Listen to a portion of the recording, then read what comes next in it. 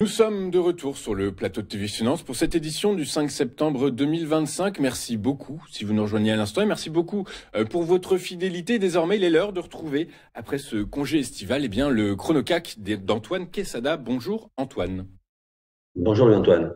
Merci beaucoup Antoine Quesada d'être avec nous ce matin et je l'espère tout au long de cette nouvelle saison. Vous êtes trader, formateur et coach chez AQTS.fr avec nous pour nous expliquer s'il est intéressant de travailler le CAC 40, un CAC 40 qui est enfermé dans une torpeur quasiment historique maintenant. Aujourd'hui, à très court terme, les investisseurs seront très attentifs à la publication du rapport NFP aux États-Unis, 14h30. Pour l'instant, selon les deux précédents rapports sur l'emploi, on peut supposer qu'il va confirmer que le marché de l'emploi se refroidit légèrement aux États-Unis, ce qui pourrait supposer en conséquence eh bien, une reprise de l'assouplissement monétaire de la Réserve fédérale américaine, ce qui est plutôt une bonne nouvelle pour les marchés financiers. Donc, a priori, le CAC 40 aujourd'hui devrait finir la semaine en territoire positif. À plus long terme, on navigue quand même dans des zones qui sont des zones qui laissent peut-être penser qu'on est sur le fil du rasoir quand même malgré tout. Complètement, c'est le fil du rasoir. C'est l'expression que j'aurais choisie. Comme vous, effectivement, la situation s'est nettement dégradée depuis le fameux lundi noir, je dirais, lundi 25 août. Le CAC jusque-là avait passé un été plutôt de façon positive, hein, puisqu'il avait rebondi sur les 3 semaines, les 3 premières semaines d'août. Il avait largement et confortablement rebondi sur la grande oblique haussière que vous avez ici sur ce graphique en hebdomadaire, hein, qui vous est familier désormais. Donc ces 3 semaines de hausse qui a même provoqué un retour sur les 8000 points, ce qui était quand même assez inespéré, en tout cas pour un mois d'été, un mois d'août. Et effectivement, le fameux lundi a un petit peu tout gâché la fête, hein, puisqu'on est reparti très vite à la baisse. Alors, visuellement et graphiquement ici sur l'hebdo, alors je signalerai sur la droite donc, de l'écran les 3 dernières bougies, sauf enfin, les 3 avant-dernières bougies, puisque la dernière sur la droite est celle de cette semaine qui va se terminer aujourd'hui. On a ce qu'on appelle alors, une étoile du soir. Une étoile du soir, c'est une figure en 3 chandeliers que vous voyez là et qui est plutôt une figure de retournement à la baisse. Alors, les puristes me diront, et à juste titre, que pour qu'une tendance se retourne à la baisse, encore eût-il fallu qu'elle soit franchement haussière. Bon, elle l'était haussière, elle est haussière. Pour le moment, mon avis n'a pas varié, bien qu'effectivement le CAC est fragilisé, et ça, je le disais en préambule lundi, puisque ma rentrée finalement s'est faite lundi dernier, oui Antoine, sans vous. Et effectivement, cette fragilisation euh, invite à la prudence, naturellement. Donc, que dire ici?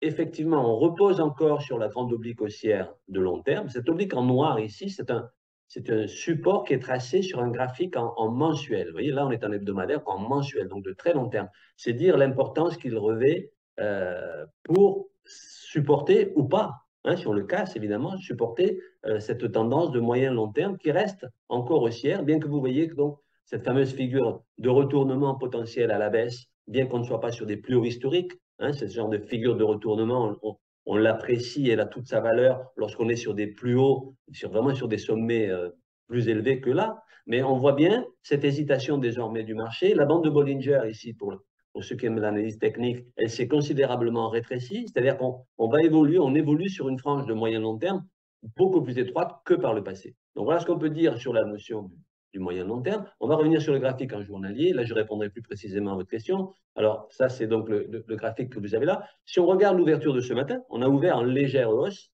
et là, on est déjà en légère baisse. C'est-à-dire que le CAC a fait un petit rebond rapide et il est venu buter. Alors, on ne voit pas bien ici puisque ça, c'est le graphique d'hier, bien entendu, la clôture d'hier. Mais on est allé chercher la moyenne mobile 8 ce matin, donc qui passe sur les 7720 points, et là, on retrace à la baisse. Donc, cette fragilisation, elle est réelle, et selon moi, on a de très fortes probabilités. Alors, il y a encore un dernier rempart qui pourrait empêcher ça pour le court terme cette fois-ci, puisque sur le court terme, on peut dire que la tendance est baissière. Hein, depuis la cassure de cette oblique que j'ai tracée ici en noir, qui est toute cette période des 3 premières semaines d'août qui ont été haussières. Donc, depuis ce fameux lundi, depuis le gap qui a eu lieu entre le lundi et le mardi matin, donc une forte poussée qui a contribué à aider à cette baisse. Donc, maintenant, il y a un support qu'il faudra soutenir pour le court terme, je dirais bien, hein, c'est le plus bas de la dernière bougie rouge que vous avez là sur la droite de l'écran.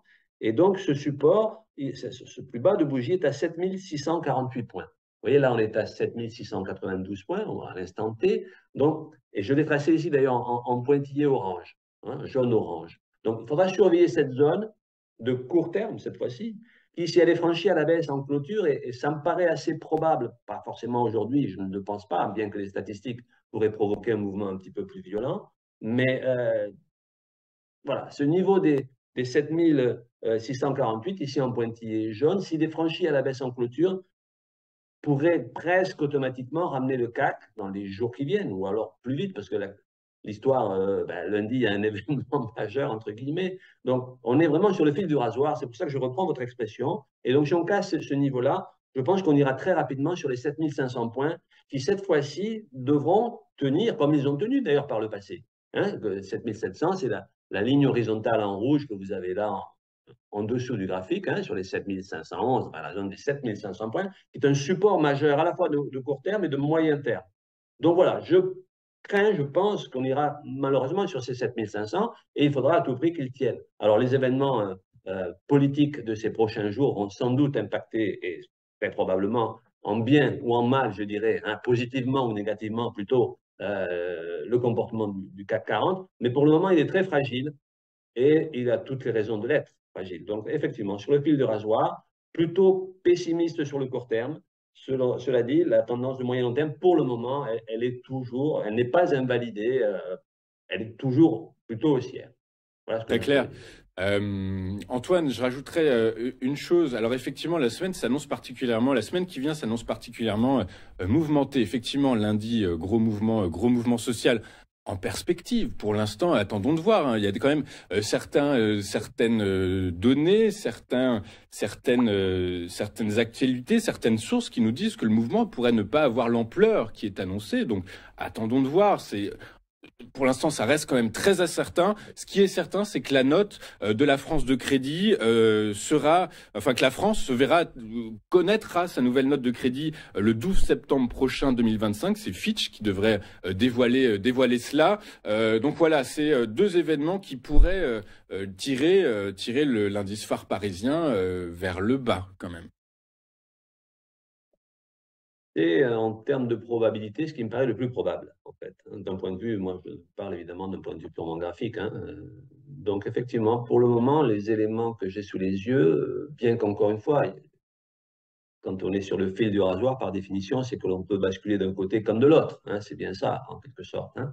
Mais j'y vois beaucoup plus d'éléments plutôt négatifs, entre guillemets, pessimistes, qui permettrait, donc qui risque de provoquer un petit mouvement de baisse, mais encore une fois, ça ne remet pas en question la tendance de long terme, mais celle de court terme qui est déjà baissière, en clair, pourrait nous ramener nettement plus bas. Et par la suite, évidemment, le support majeur sera les 7500 dont je vous ai parlé, qui lui devra tenir à tout prix.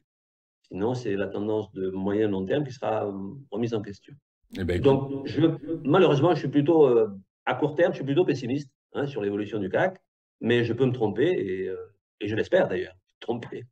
Écoutez, si vous vous trompez, écoutez, effectivement, les niveaux d'aujourd'hui sont des points intéressants pour entrer sur le CAC 40. Sinon, attendons quelques séances, un repli vers ce support à 7005 avant de se positionner éventuellement de nouveau sur l'indice phare parisien.